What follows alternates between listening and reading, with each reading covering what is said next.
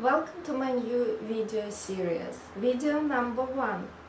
Learn what makes a painting great.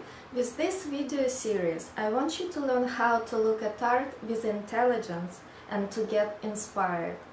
I'd like to take you on a creative journey, helping you read art. While our art appreciation is personal and subjective, I'd like to show you how you can dissect any painting to see what makes it great.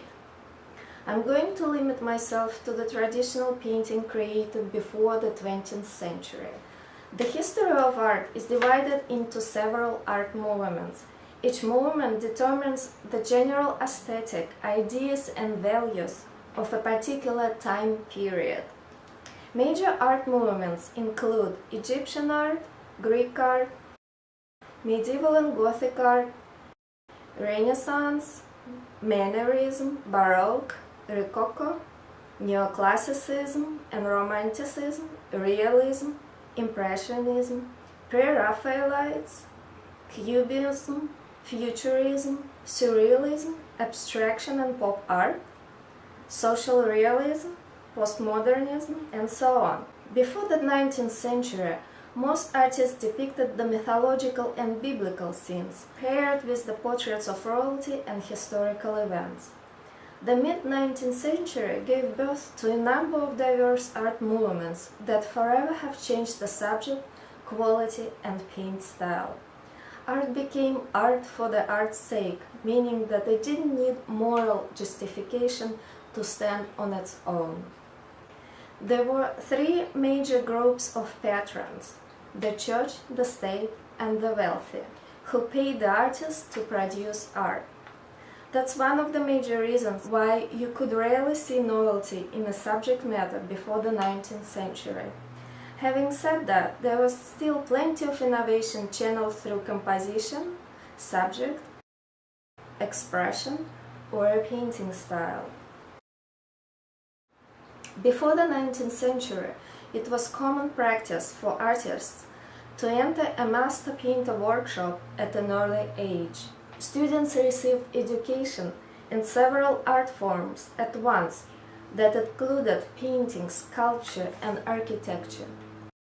That's why you see Michelangelo and Bernini as sculptors who painted, Da Vinci as a designer of theater sets who also painted, and Raphael as a painter who was also an architect and a designer.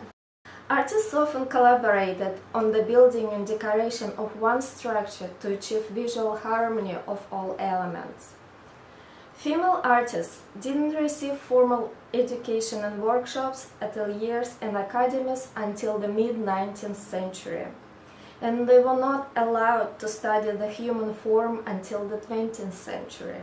Few famous female artists that we know today were educated by their fathers who were also professional artists. Why do artists create art?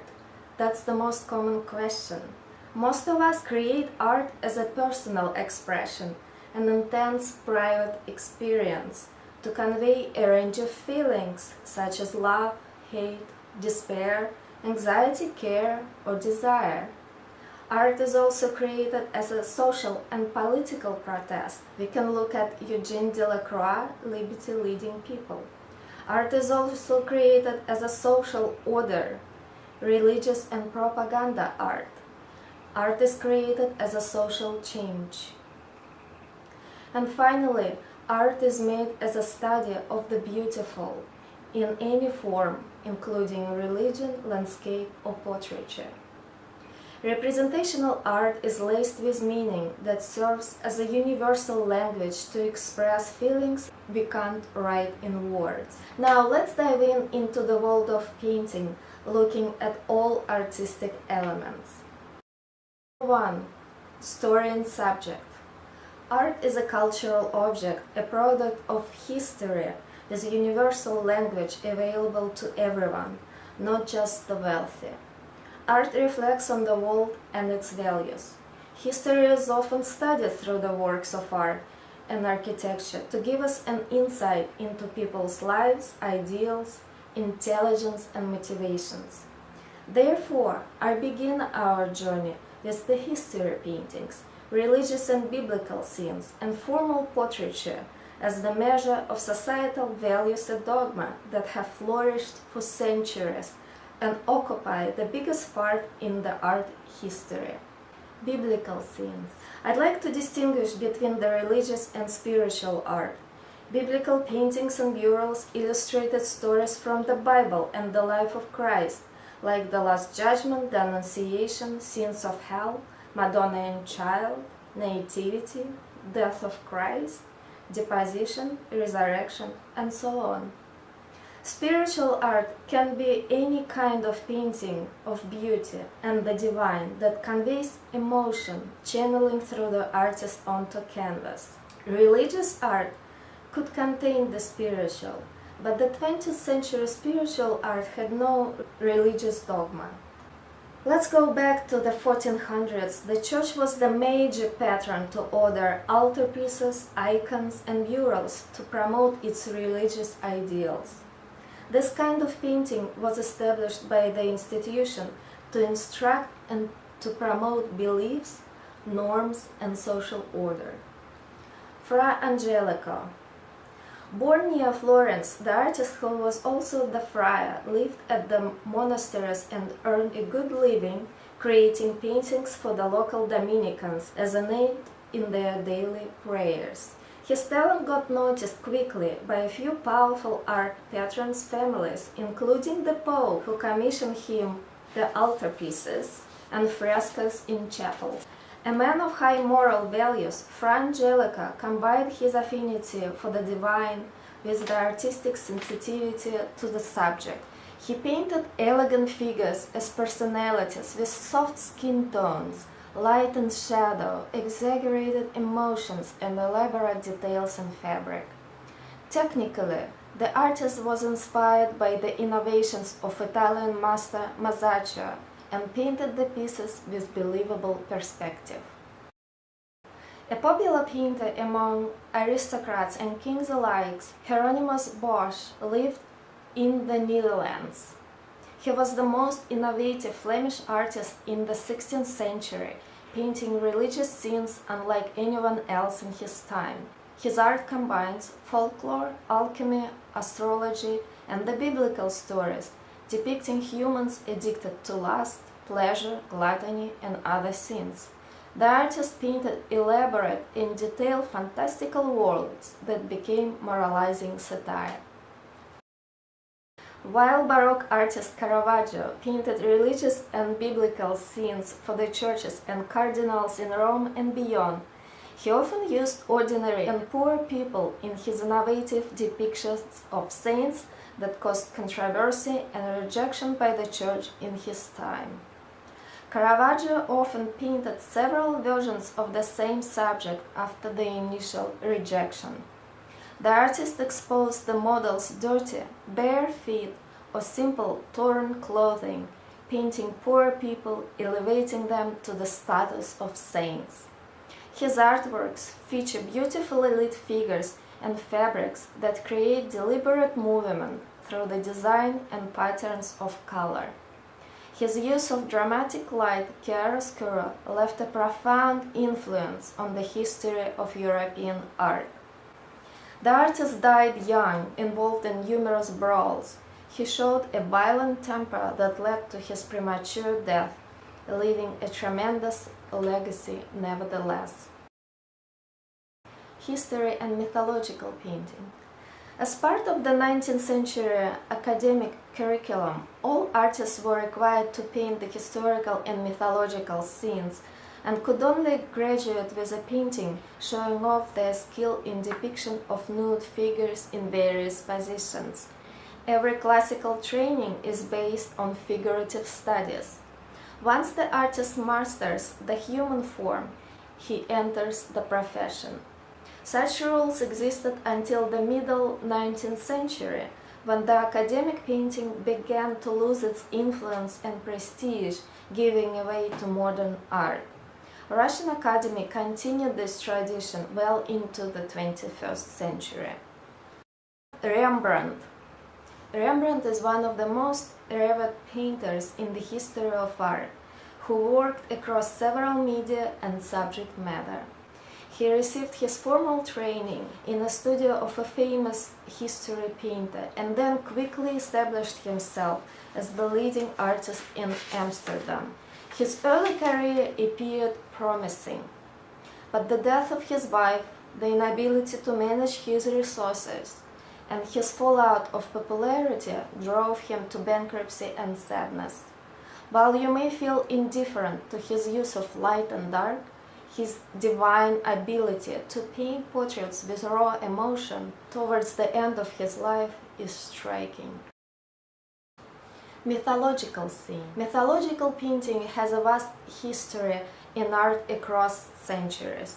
Overall, Greek mythology and its allegories carries classical ideals that were abandoned during the medieval age and rediscovered in the Renaissance period with the poetry of Ovid. Symbolic and humanist, mythological stories were often allegories of the resurrection of the soul, of the eternal life, or of heroism against evil. Since mythology was a pagan religion preceding Christianity, the medieval artists relied on literary descriptions rather than classical visual models until the mid-15th century. After that, we see a fusion of Christian faith with ancient mythology in Italian art, thanks to the Neoplatonic philosophers that leads to rebirth of the classical ideals in painting and architecture. Florence, patronized by the Medicis, Sandro Botticelli creates several allegorical paintings. Sandro Botticelli takes his linear movement of shapes and delicate outlines of the faces to create ethereal art. We can look at Sandro Botticelli's The Birth of Venus or Primavera or Allegory of Spring. In the last painting, the idea for this artwork is taken from the Ovid's book. Chloris, the wood nymph, lures the zephyr, the wind of spring. After the kidnapping, flowers spring from her mouth, and she transforms into Flora, goddess of flowers and spring. French by birth, Baroque artist Nicolas Poussin worked in Rome, deriving his inspiration from the classical ideals. The artist was a didactic painter who searched for deeper meaning in the classical myth, carefully arranging and rearranging the classical architecture of Rome to create the ideal landscapes on canvas. He believed the highest aim of painting was to represent noble human actions in the most logical way, as they would have appeared if nature were perfect. From Jensen's book. In his art, Poussin appealed to logic, stressing order and composition, not color and senses. The Venetian painter Titian was the most sought portraitist of the century, who painted for royalty and the church. Being a colorist, his painterly application of color was essential to his technique, where the artist worked directly on the surface without preliminary drawing transferal. Titian painted in numerous thin glazes. We see how he painted shapes purely out of light and color, unlike other artists such as Raphael, who relied on a line to create a form. Titian's festive and colorful figures of classical myths possess physical, lifelike qualities of the natural world. The artist completes at least 5 artworks of mythological Princess Danae between 1540s and 70s that influences other painters after him, such as Rembrandt and Anthony van Dyck. In the painting, we see Zeus in the form of a shower of gold, who descends from the Mount Olympus to seduce Danae. In Ovid's book, the princess lives in a dungeon after receiving a prophecy that her child would kill her father. Formal portraiture. The tradition of portraiture spans across centuries. Portraits can be either formal or symbolic representations of a person with the most common three-quarter view or as a full figure painting. Portraits used to be commissioned by the royalty and the wealthy for legacy. Kings, queens, and royalty ordered official large-scale portraits for their palaces and mansions. Paintings of modest scale were often given as gifts and introductory pictures to a groom or a bride living overseas. More intimate portraits of spouses, children, and servants appeared in genre paintings of the Dutch. By the 19th century, portraiture evolved as an art form, also depicting famous writers, poets, entertainers, and other celebrities as nobility. While Jan van Eyck painted lots of altarpieces and religious subjects, he also completed a number of commissioned portraits before he became a court painter. One of such portraits is the Arnolfini wedding ceremony. The painting serves as a record of a marriage ceremony of a wealthy, knighted merchant, Giovanni Arnolfini and Giovanna Senami, in their bedchamber. Every element in this painting is symbolic of the sanctity of their marriage, such as touching hands, clean shoes, and a small dog that represents fidelity. We see fruit on the windowsill that suggests wealth because the fruit were imported and only the wealthy could afford it. The bed with bright red curtains represents the physical love, and single burning candle in the chandelier represents the eye of God. They both wear rich clothing that symbolize wealth. The woman looks pregnant, although it's debated because the undergarment padding was common to show fertility and youth, which is also communicated through the color of her dress.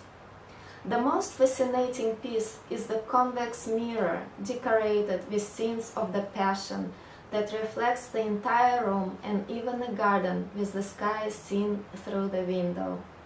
Besides the Arnolfinis, two more figures stand in the room that might represent the artist himself and the other witness to the marriage.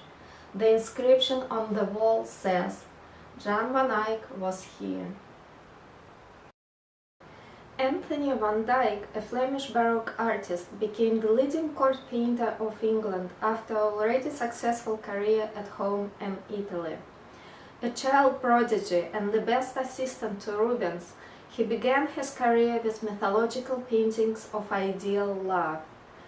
After receiving a status of the court painter, Van Dyck painted numerous formal portraits of the English court and royalty, oftentimes completing several versions of the same portrait for the gift-giving to the King Charles I's supporters.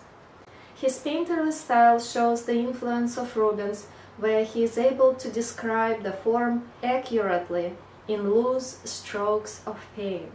He often places landscapes as a backdrop for his figures instead of painting them in traditional dark settings, which became very popular in England at the end of the 18th century. Kramskoy. Portrait painting becomes a very popular subject in the 1870s Russia. Russian painters wanted to bring attention to the lives of the underprivileged and common folk, creating the Peredvizhniki movement. In this artwork we see raw magnificence of a common forester whose expressive, almost wild eyes convey a range of emotions from tragedy to thoughtfulness to a possible revolt against the rich. Russian artists of the 1870s organized an art movement, Peredvizhniki, working in a tight circle of male friends. Artists painted portraits of their fellow artists and poets, an example of which you see here. The intriguing painting shows a fashionably dressed woman who sits in a cart in front of the Anichkov Palace in St. Petersburg. Similar to a snapshot, The artist captures a fleeting moment in a woman's life waiting for someone to come. Her sumptuous mouth, sharp eyebrows, and aloof eyes suggest another kind of beauty characteristic of a courtesan dressed in lavish clothes.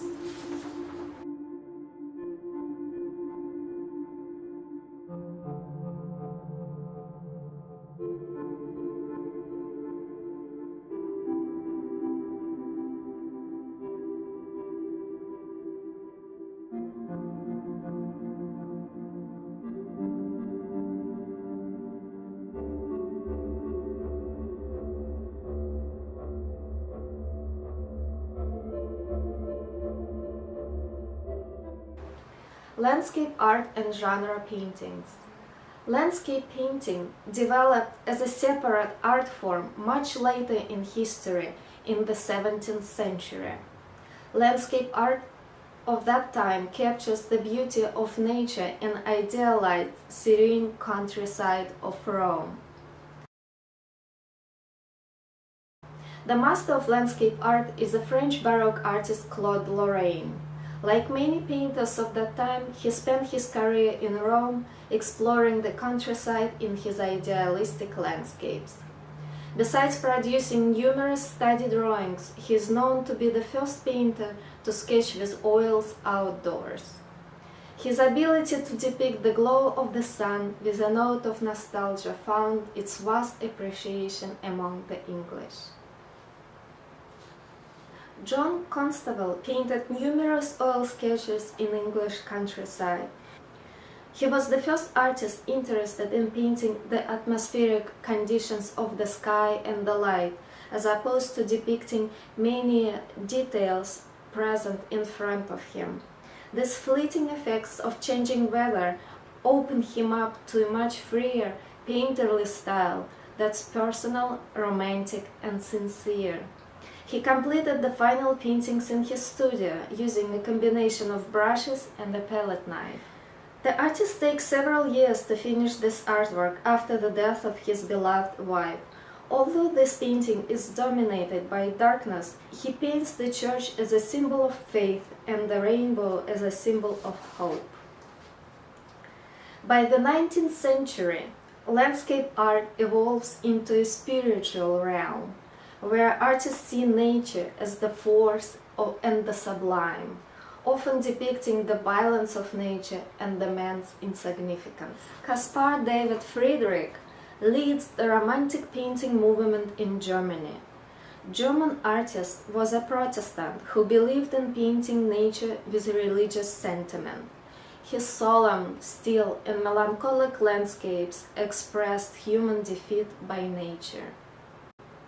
English watercolorist and painter Turner becomes a precursor to the abstract art with his landscapes of air and steam, depicting the atmospheric turbulence.